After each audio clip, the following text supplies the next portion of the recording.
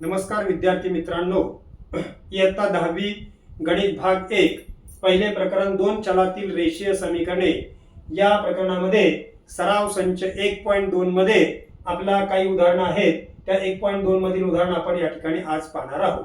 उदाहरण काय बघा, 2x - 6y = 3 या समीकरणावरून आलेख काढण्यासाठी पुढील सारणी पूर्ण करा. म्हणजे आपल्याला या समीकरणाचा आलेख काढण्यासाठी ही सारणी पूर्ण करायची. आपल्याला आलेख काढायचा नाही, पण ही तो आलेख काढण्यासाठी जी दिलेली सारणी आहे ती सारणी आपल्याला पूर्ण करायची आहे.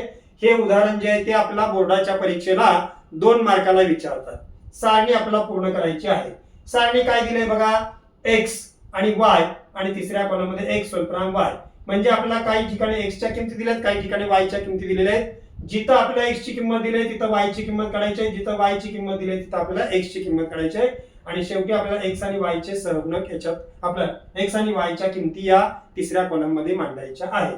आता पहा, पहिल्यांदा आपल्याला पहिल्या कॉलम मध्ये दिलंय, उभ्या कॉलम मध्ये x ची किंमत -5 दिलेली आहे आणि y ची किंमत विचारलेली आहे.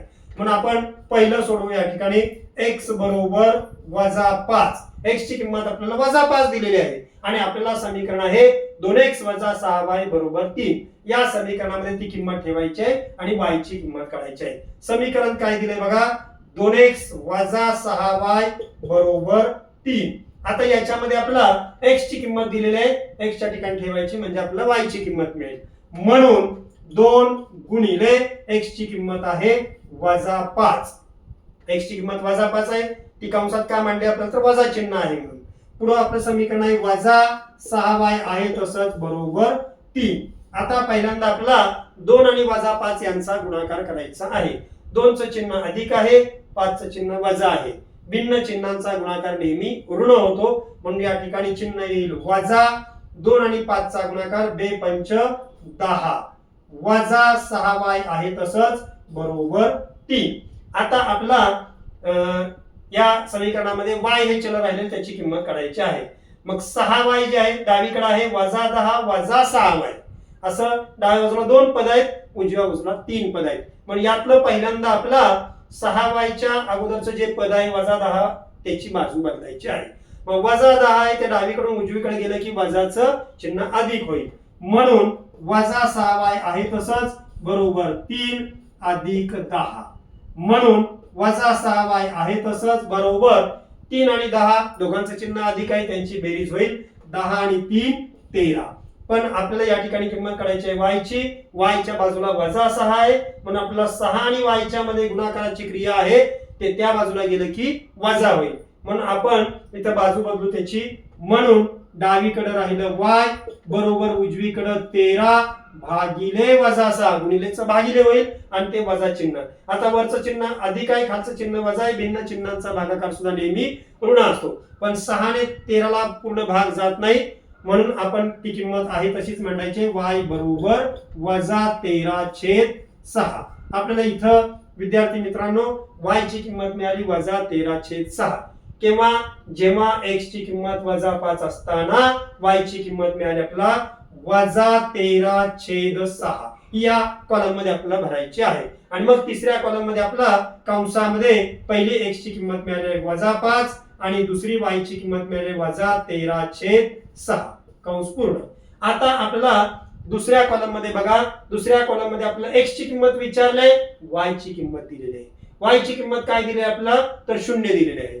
परत त्या समीकरणामध्ये आपल्याला y ची किंमत ठेवायची आहे आणि x ची किंमत काढायची आहे. मग या ठिकाणी आपण हे दुसऱ्या सोडवू. आपण या ठिकाणी मग दुसरं सोडवत असताना आपल्याला या ठिकाणी y ची किंमत त्यांनी दिलेली आहे.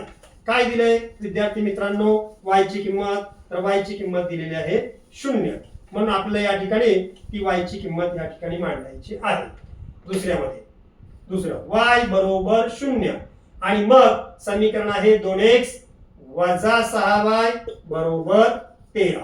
आता या ठिकाणी y च्या ठिकाणी ती किंमत ठेवायची आहे 0. म्हणून 2x आहे तसंच -6 गुणिले 0 बरोबर 13. कारण 6 आणि y च्या मध्ये गुणाकाराची क्रिया आहे. इथं आपल्याला हा गुणाकार करायचा आहे. म्हणून 2x - 6 आणि 0 ला गुणल्यानंतर उत्तर 0 मिळेल. म्हणून आपल्याला या ठिकाणी इथं नाही मांडलं तरी चालेल. बरोबर 13. म्हणजे आपण या ठिकाणी एक स्टेप कमी करू शकतो. वजा 6 ने 0 ला गुणलं की उत्तर 0 मिळेल, त्याची किंमत 0 झाली. आणि म्हणून पुढची आपला पायरी आहे x ची किंमत काढायची आहे. x च्या बाजूला 2 आहे, 2 आणि x च्या मध्ये गुणाकाराची क्रिया आहे, तर 2 त्या बाजूला गेले की भागिले होईल. म्हणून x बरोबर तिकडचं 13 इथं किंमत आपल्याला समीकरणामध्ये दिलेली आहे 3, म्हणून ती आपण किंमत 2x - 6y बरोबर 3. 2x - 6 गुणिले 0 बरोबर 3. आणि म्हणून आपल्याला या ठिकाणी 2 ची बाजू बदलायची आहे. 2x बरोबर 3 आहे. पहा इथं आपल्याला समीकरणामध्ये 2x - 6y बरोबर 3 होतं, पण मी 13 मांडल्यामुळे सगळं चुकलं होतं आपल्या ठिकाणी.